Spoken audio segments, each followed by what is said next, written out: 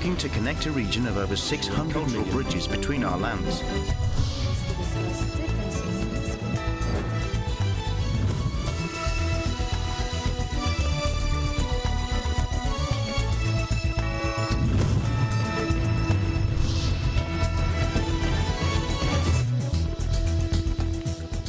Good evening, I'm Alma Angeles. You're watching ASEAN in Focus on tonight's program. Senior diplomats from the Philippines and China meet in Manila to discuss the disputes over the South China Sea, with both sides calling for tensions and disagreements to be resolved peacefully and through diplomacy. TikTok CEO Xu Zichu faces relentless questioning from combative U.S. lawmakers on both sides of the political aisle over the video sharing app's alleged ties to China and its dangers to teens. North Korea claims it had tested an underwater nuclear attack drone able to unleash a radioactive tsunami as it blamed recent U.S.-South Korea exercises for a deteriorating regional security situation.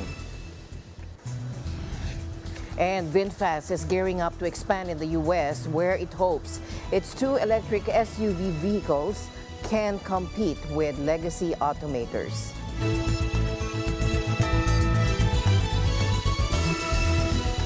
First in our news, Beijing said it remains committed to promoting high-quality development with neighboring countries such as the Philippines. A delegation led by Chinese Vice Foreign Minister Sun Weidong is currently in Manila for the 23rd Philippine-China Foreign Ministry consultations, the last iteration of which was held in 2019. Let's listen in.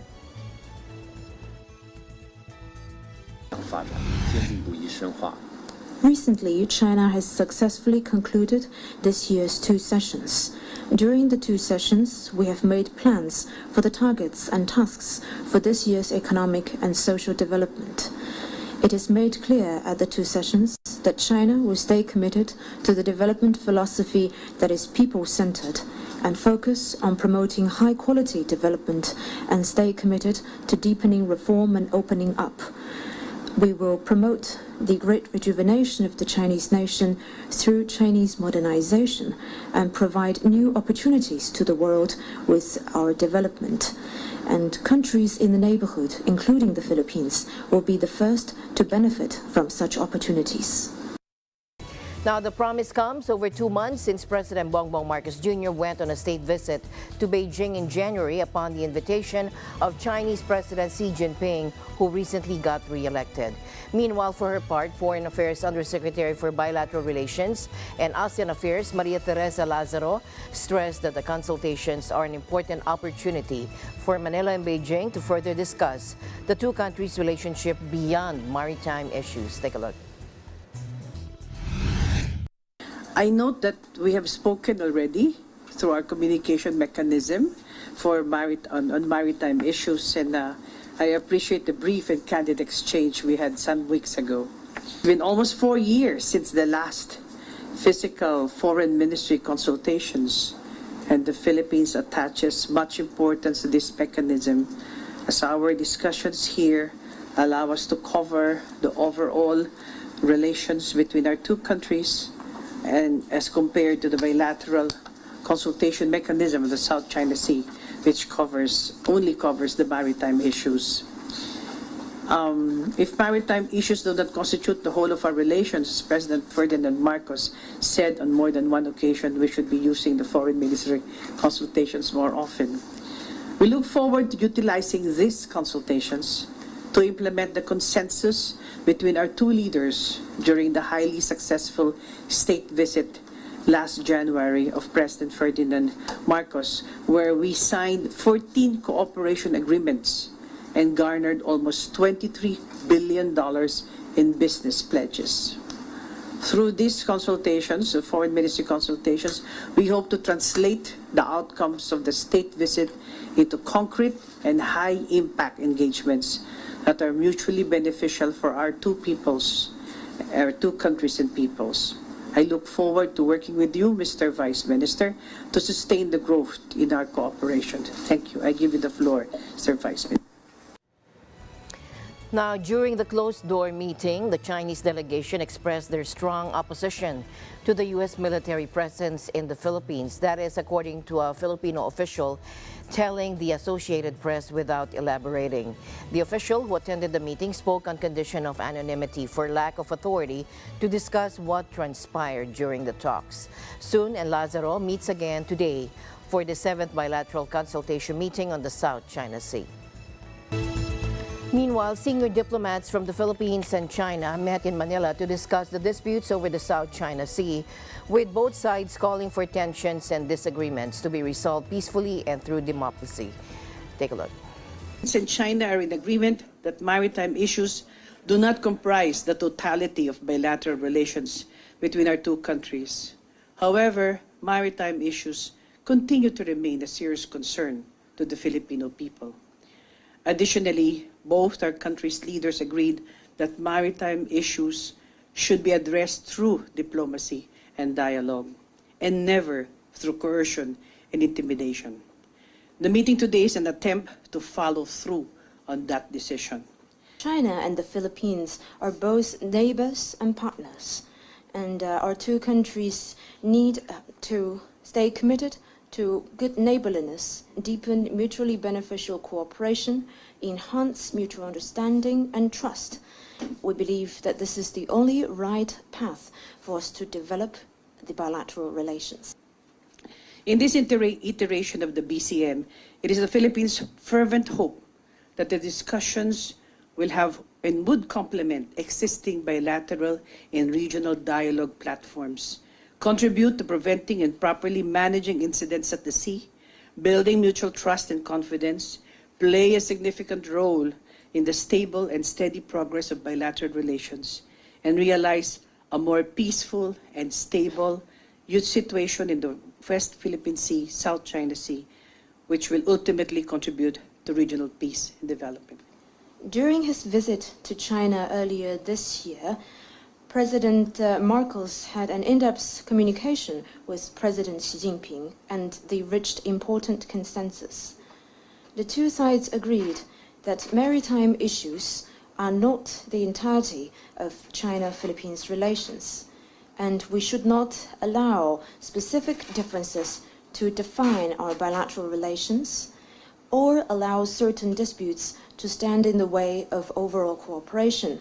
We need to properly deal with these issues through friendly consultations.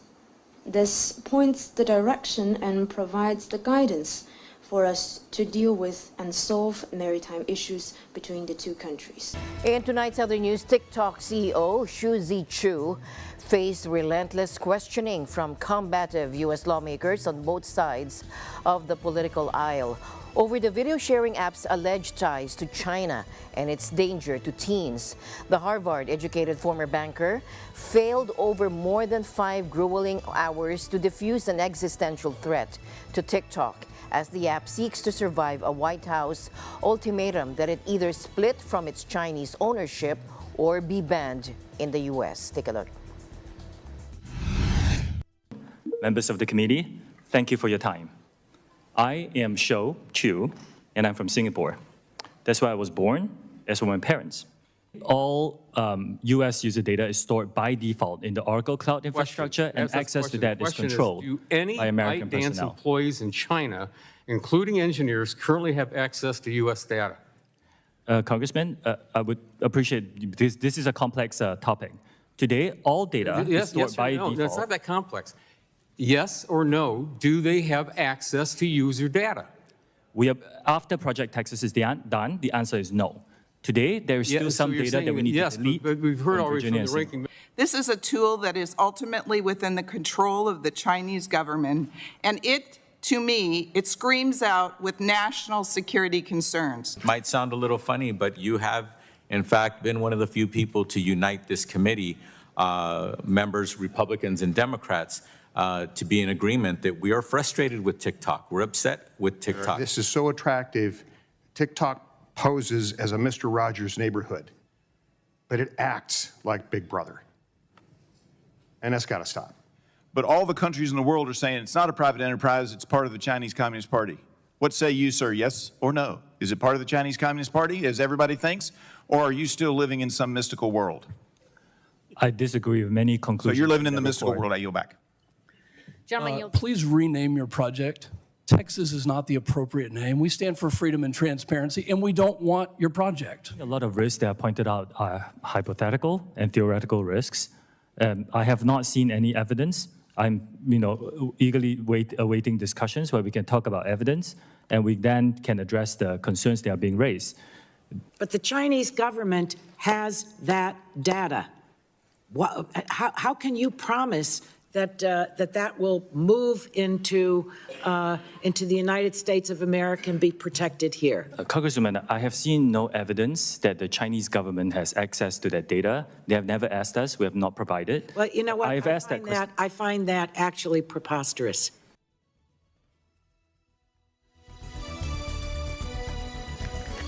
Staying in the U.S., the state of Utah became the first to require social media sites to get parental consent for accounts used by under 18s. Utah Governor Spencer Cox, a Republican, signed legislation prohibiting minors from using social media without parental consent in the nation's most sweeping regulations targeting kids and teens' internet use, as criticism of social media platforms reaches a fever pitch nationally.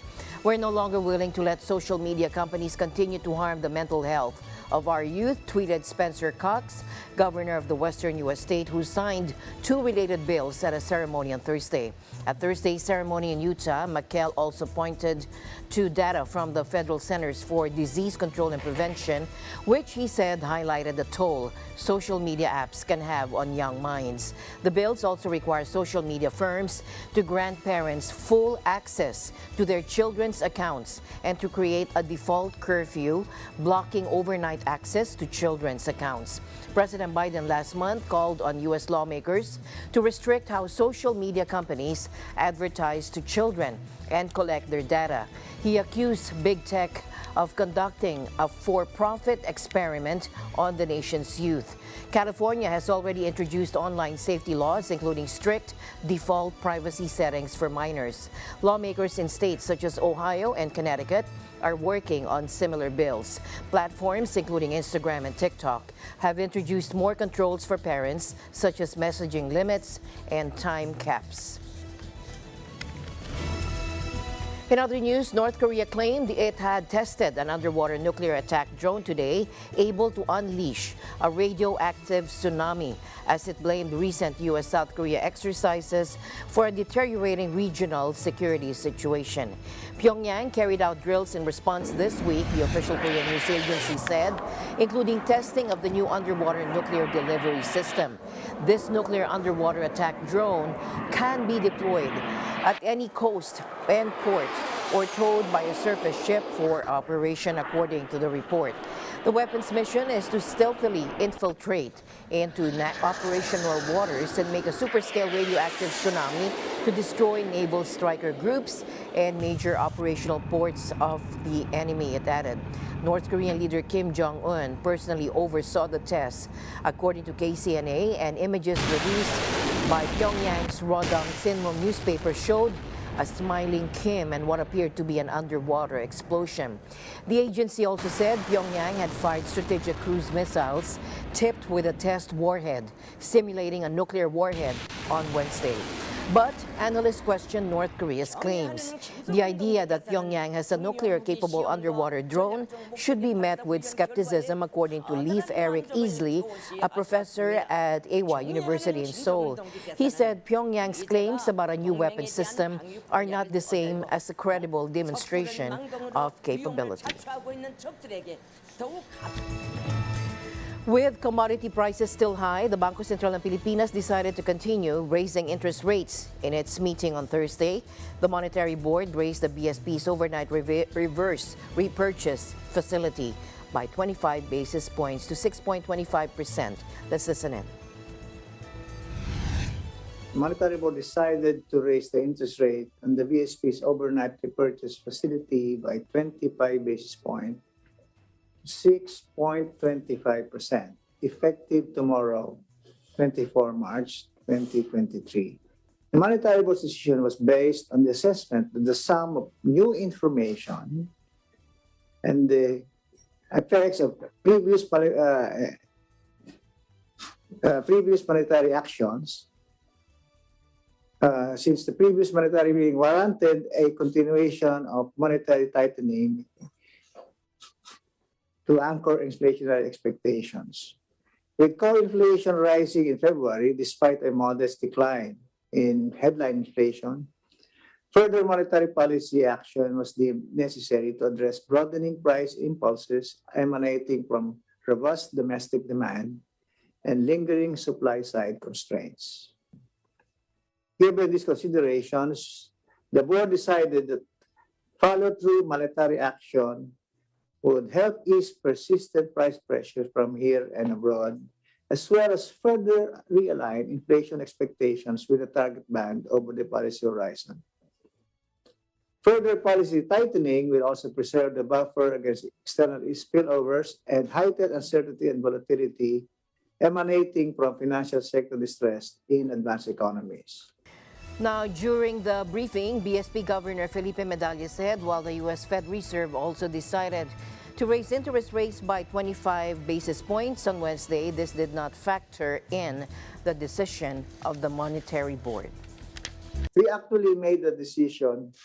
Of course, the technical committee actually made a decision on 25, even before we knew, even before the Fed had met. So there are times when the decisions are not. The Fed decisions are relevant, but are not the key factors.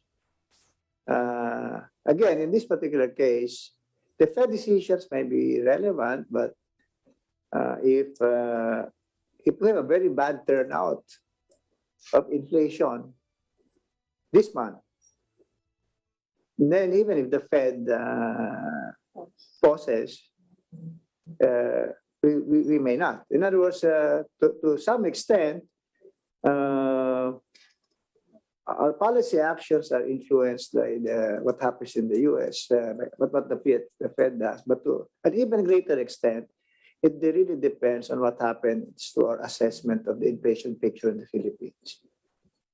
An Airbus A320 belonging to Cebu Pacific Air made an emergency landing at Kota Kinabalu International Airport after it was believed to have suffered an engine problem. The details from Raymar Gutierrez.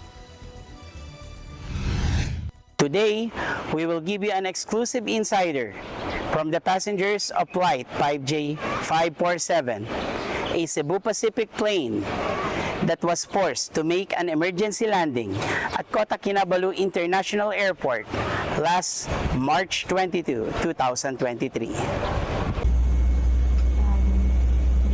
currently having an engine failure. This video was recorded by Chelone Damayo, a Filipino business owner in Singapore who is also a passenger on Flight 5J547 on the day of the emergency. Okay, so it was probably mga 1 hour and 30 minutes na nasa flight kami. So the flight attendant turned off all the lights kasi patulog na yung mga passengers.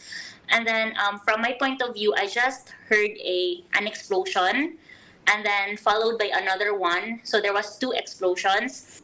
Seated on the front was Ryan Fernando, who witnessed the engine explosion. And yeah, I was sitting really in front of the plane, like in 1A. So I saw the explosion, like the fire, not, I don't know if it's a fireball, but like it's a yellow, it's an orange color, like boom, like that one. And then I asked the lady in front of the flight attendant, did you see it? He said, yeah, did you also see it? Yeah, I saw it. And then there's a time that they talk to each other. The passengers were confused of what was happening, but everything became clear when the pilot made an announcement. Engine malfunction with our left engine, but rest assured everything is under control. And for your flight information, we are gonna be diverting to Kota Kinabalu. Thank you for your patience and understanding. This will be under control, and rest assured everything is okay now.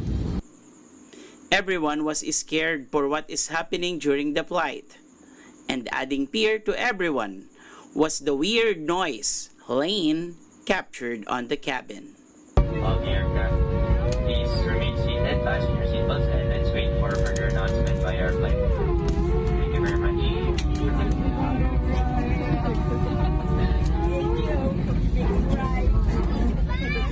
The ordeal ended after more than 30 minutes of circling in the air, and everyone was taken care of, as shared by Edward on his blog.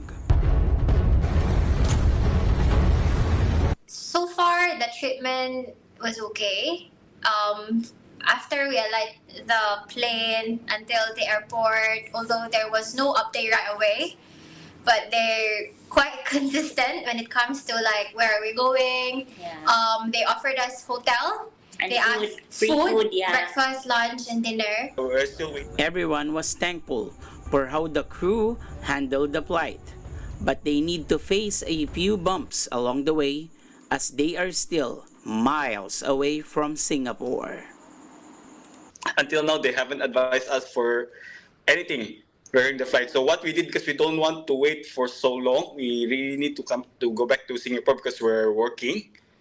So we made our booking ourselves. Adding to the concern is how some cabin crew handled the situation. Actually, wala akong idea anong nangyari. Nakita ko yung facial expression ng isa, natakot din. Doon, kinabahan na rin ako. She was crying also. So doon pa lang, nasabi ko, something is going on.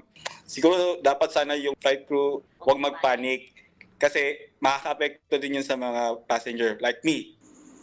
But still, they are thankful enough to share a few life lessons they learned.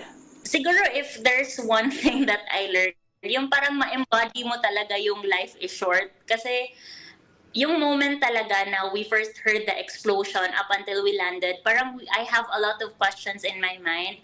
It's, I think, a short prayer before you fly will not hurt you. It really like just an assurance that God will be there, is always there. According to one of the pilots of Flight 5J547, Captain Dong Armado, after passing Kota Kinabalu at 38,000 feet, the left engine had malfunction, causing it to shut down. So for the interest of safety of all the passengers and crew on board, they made a decision to land at Kota Kinabalu International Airport. Again, this is your ASEAN correspondent, Raymond Gutierrez, reminding you to stay alert because we live in extraordinary times. Thank you, Raymart, for that exclusive story. Provincial governors are in Port Moresby for a two-day conference to discuss on provincial matters and how to go about in developing their provinces through different sectors. Our correspondent from Papua New Guinea, Ecor Telesa Quinola, reports from Port Moresby.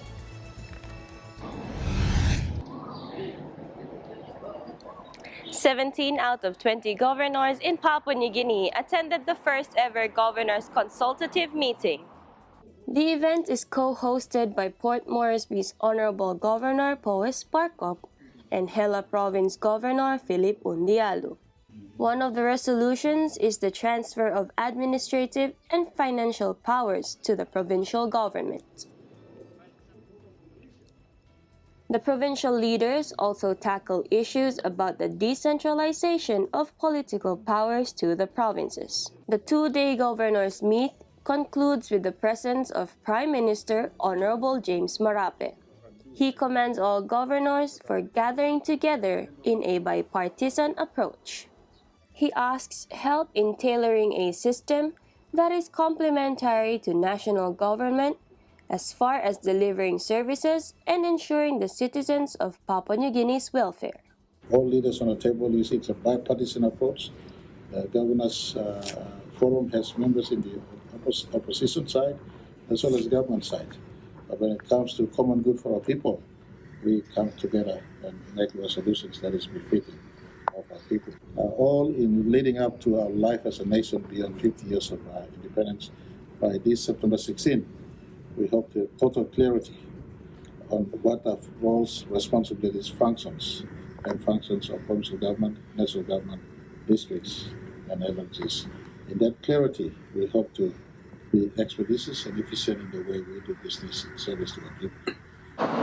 Echo Hortalez de Quinola, Port Moresby, Papua New Guinea. Eagle News, we live in extraordinary times. Thank you, Echo. Finally, VinFast announced it will officially deliver the first batch of full-size VF9 SUVs to customers on March 27. The delivery ceremony will be held simultaneously in Hanoi, Da Nang, and Ho Chi Minh City, and deliveries will be continued at all VinFast stores across Vietnam in the following days. Take a look. Now, VinFast, which began operations in 2019, is now gearing up to expand in the U.S., where it hopes its two electric SUV models can compete with legacy automakers. The VF9 model was initially scheduled to debut at the beginning of this year. The company currently sells VF8 model of SUV, and these started to ship last year, and deliveries to customers began this month. The company has said it would ship the second batch to the U.S. in the second quarter of this year. VinFast, backed by Vietnam's biggest of conglomerate Vingroup JSC, is the country's sole EV maker. As of December last year, VinFast said it secured 55,000 orders globally, of which 12,000 were from the U.S. market. As my usual habit, I'd like to end the day on a positive note. Let's encourage and build each other up so that no one is left behind. And that's it for tonight's broadcast. I'm Alma Angeles. Stay in the news because we live in extraordinary times. Good night.